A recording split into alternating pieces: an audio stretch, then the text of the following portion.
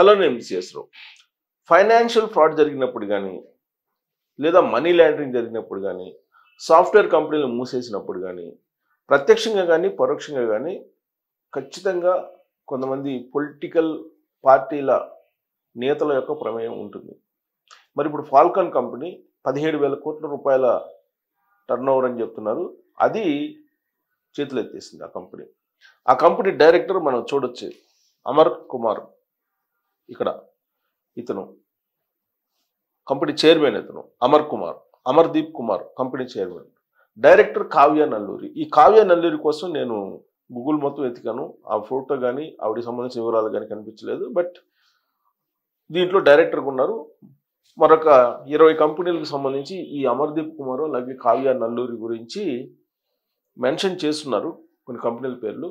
So మరి వీళ్ళిద్దరికీ, అమర్దీప్ కుమార్కి కావ్య నల్లూరికి ఎక్కడ వీళ్ళు టైఅప్ అయ్యారు ఏంటి అనేది ఇంకా గూగుల్లో సెర్చ్ చేస్తున్నాను నేను. బట్ నాకు తెలిసినటువంటి సమాచారం ప్రకారం కావ్య నల్లూరి అంటే ఖచ్చితంగా ఆంధ్ర బేస్డ్ ఖచ్చితంగా అయి ఉంటుంది.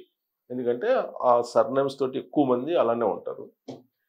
సో కావ్య నల్లూరి అనేది. బట్ అమర్ కుమార్ దీప్ మరి అతను ఎక్కడ అని తెలియదు. బట్ చైర్మన్ ఇతను. వీళ్ళిద్దరు కలిసి దాదాపు 20 కంపెనీలు ఫ్లోట్ చేశారు. సూట్ కేసు కంపెనీలు 20 కంపెనీలు ఫ్లోట్ చేసి, అప్పట్లో మనం కిట్ ప్రోకో అని చెప్పి విన్నాం కదా కేసులో, ఆ కిట్ ప్రోకో తరహాలో వీళ్ళు కూడా జనం నెత్తిన చేతులు పెట్టేశారు. ఆ కిట్ ప్రోకో అనేదేమో ప్రభుత్వము ప్రైవేట్ వ్యక్తుల మధ్య నడిచినటువంటి వ్యవహారం. ఇదేమో ప్రజలు ఈ ఫ్రాడ్ చేసేవాళ్ళు, చీటింగ్ చేసేటువంటి వాళ్ళ మధ్య నడిచినటువంటి వ్యవహారంగానే తీసుకోవచ్చు. ఇది హైదరాబాద్ పోలీసులు ఇప్పుడు సైబర్ క్రైమ్ కింద కేసు నమోదు చేసి దాదాపు ఈ చైర్మన్ని, డైరెక్టర్ని అలాగే మరొక 4గురిని అరెస్ట్ చేశారు. మిగతా వాళ్ళు పరారులో ఉన్నారు.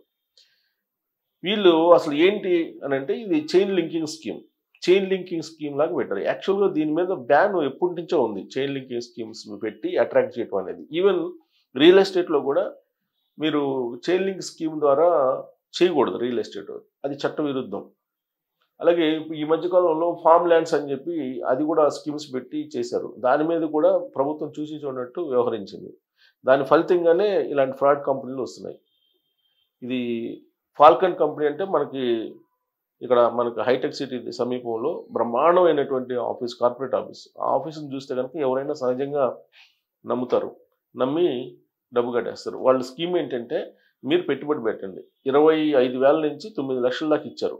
ఈ మధ్యలో మీరు పెట్టుబడులు పెట్టండి. మీరు పెట్టుబడులు పెడితే మేము 11% నుంచి 22% వరకు మీరు తీసేసుకోవచ్చు 1 ఇయర్ లోపల అనేది ఈ స్కీము.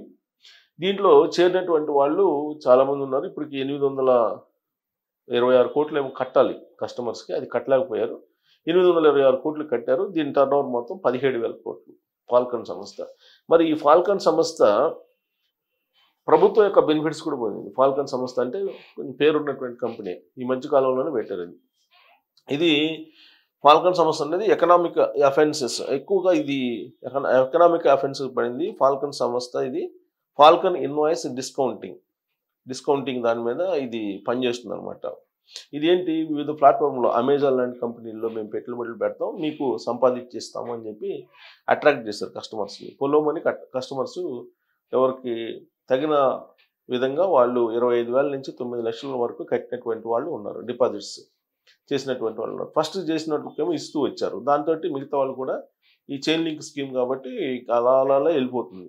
వెళ్ళిపోయి ఇది 17,000 కోట్లు చేరింది. 17,000 కోట్లు చేరినటువంటి కార్పొరేట్ సంస్థ అనమాట ఇది ఇప్పుడు ప్లేట్ తిప్పేసిన తర్వాత ఇప్పుడు రోడ్డును పడ్డారు. హైదరాబాద్ వాళ్ళే కనీసం కేవలం హైదరాబాద్ వాళ్ళు 826 కోట్ల రూపాయలు మునిగిపోయారు. హైదరాబాద్ బేస్డ్గా ఈ కట్టినటువంటి వాళ్ళు. దీనికి సంబంధించిన వివరాలను పోలీసులు చేశారు. కేసు డీటెయిల్స్ చూస్తే డిప్యూటీ కమిషనర్ అనౌన్స్ చేసిన దాని ప్రకారం ఇక్కడ Pavan Kumar Odela, vice president of Capital Protection Force Private Limited. ఈ క్యాపిటల్ ప్రొటెక్షన్ ఫోర్స్ దానికి కావ్య నల్లూరి కూడా ఉన్నారు. And business head of Falcon Invoice Discount Platform. ఇది ఫాల్కాన్ ఇన్వాయిస్ డిస్కౌంట్ ప్లాట్ఫామ్ అని. ఇది డైరెక్టర్ దీనికి కావ్య నల్లూరి ఉన్నారు. Capital Protection Force, Falcon Capital Ventures, ఇలా రకరకాలు ఒక 20 కంపెనీలు రకరకాల పేర్లతో ఫ్లోట్ చేశారు. వీళ్ళు పబ్లిక్ నమ్మారు. తర్వాత ఫైనాన్షియల్, ఇది పెద్ద పెద్ద ఫైనాన్షియల్ ఫ్రాడ్. ఒక్క హైదరాబాద్ వాళ్ళకి 850 కోట్ల రూపాయలు వీళ్ళు ఎగ్గొట్టారు. దీంట్లో మనం చూస్తే కనుక ఈ రిపోర్ట్ ప్రకారం, పోలీసులు చెప్తున్న దాని ప్రకారం అమర్దీప్ కుమార్ చైర్మన్గా ఉన్నారు. ఇది Falcon capital ventures private limited అనే దానికి అతను చైర్మన్. ఈయనతో పాటు Aryan Singh chief operating officer, COO ఈయన. తర్వాత Yogender Singh chief executive officer అంటే సిఇఓ. దీనందరికీ వీళ్ళు ఈ ఇన్వాయిస్ దానికి ఉన్నారు పొజిషన్లో. వీళ్ళు 1700 కోట్ల రూపాయలు వీళ్ళు కలెక్ట్ చేశారు. అమౌంట్ 850 కోట్ల రూపాయలు. ఫ్రాడ్ చేసింది 850 కోట్ల రూపాయలు.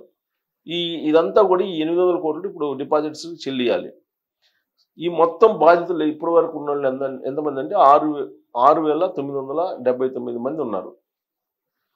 సో ఈ ముంబై, బెంగళూరు, హైదరాబాదు బేస్ చేసుకొని వీళ్ళు బిజినెస్ చేశారు. ఇన్వెస్ట్ చేసినటువంటి వాళ్ళు 300 మంది ఉన్నారు. హైదరాబాద్ వాళ్ళు ఎక్కువ ఉన్నారు. ఎందుకంటే హైదరాబాద్లో ఈ మధ్యకాలంలో రియల్ ఎస్టేట్కి ఆర్టిఫిషియల్ క్రియేట్ చేశారు. ఆర్టిఫిషియల్ క్రియేట్ చేసి రేట్లు పెంచేశారు. రేట్లు పెంచితే అది వచ్చినటువంటి డబ్బులు ఎక్కడ పెట్టాలో తెలియక ఇలాంటి వాటికి ఇన్వెస్ట్ చేశారు అనమాట. వీళ్ళు మేజర్గా ఒక యాప్ని క్రియేట్ చేశారు. ఒక యాప్ని క్రియేట్ చేసి, ఒక వెబ్సైట్ క్రియేట్ చేసి, ఆ వెబ్సైట్ యాప్ ద్వారా వీళ్ళందరినీ అట్రాక్ట్ చేశారు. డిపాజిట్స్ని peer to peer invoice discount అనమాట, లైఫ్ టైం ఇది అని చెప్పి వాళ్ళు చేశారు.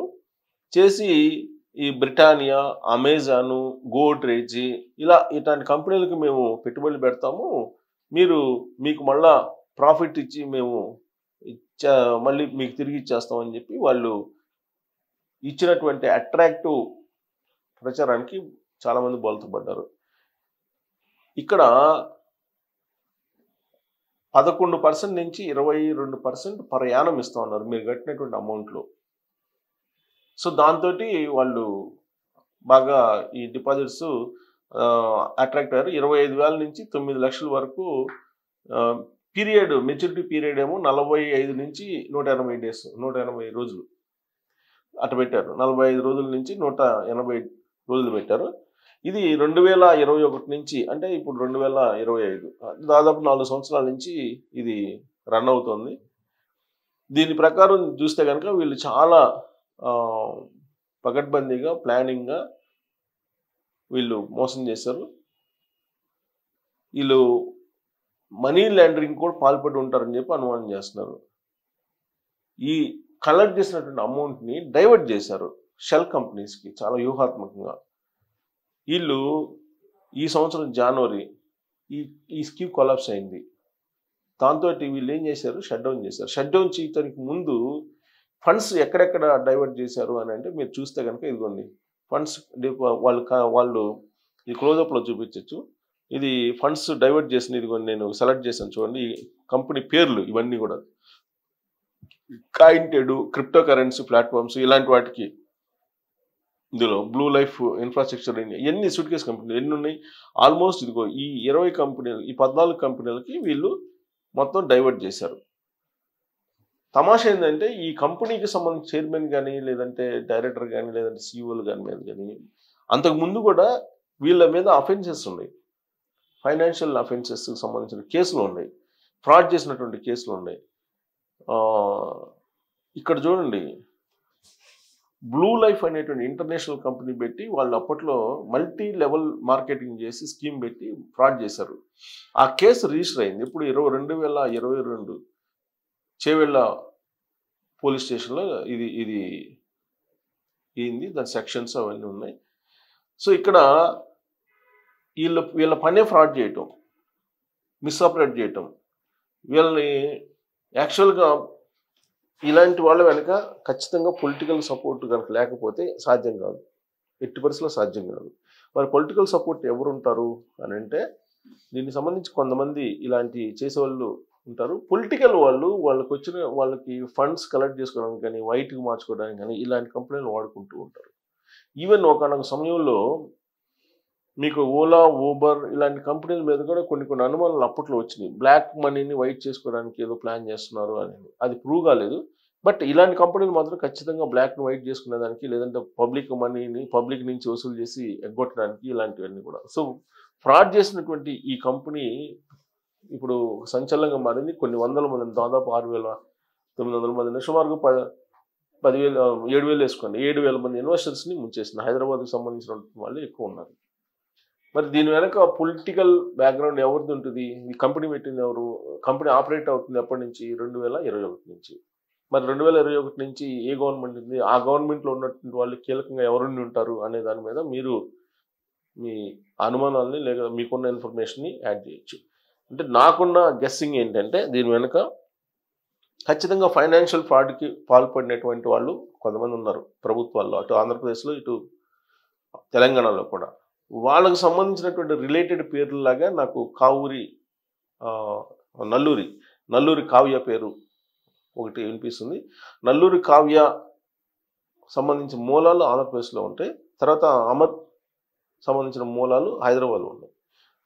దీని మీద ఇన్వెస్టిగేషన్ చేస్తున్నారు పోలీసులు. ఇది పూర్తి స్థాయి ఇన్వెస్టిగేషన్ జరిగితే ఖచ్చితంగా దీని వెనక ఏ పొలిటికల్ పార్టీ ఉంది, ఏ పొలిటికల్ లీడర్స్ ఉన్నారనేది బయటపడే అవకాశం ఉంది. ఈవెన్ మనకి సత్యం కంప్యూటర్స్ మూలబడినప్పుడు కూడా అప్పుడు కూడా పొలిటికల్ బ్యాక్గ్రౌండ్ ఎవరున్నారు ఏంటి అనే దాని మీద మనకు తర్వాత రోజుల్లో తెలిసింది. సో కాబట్టి దీని వెనుక ఎవరు ఉండి ఉంటారు, ఎవరి పరిపాలన ఇది జరిగింది, ఆ పరిపాలనలో ఉండేటువంటి లీడర్స్లో ఎవరు సపోర్ట్ వీళ్ళకు ఉండి ఉంటుంది అనే దాని మీద మీరు గెస్ చేయొచ్చు. Thank you very much.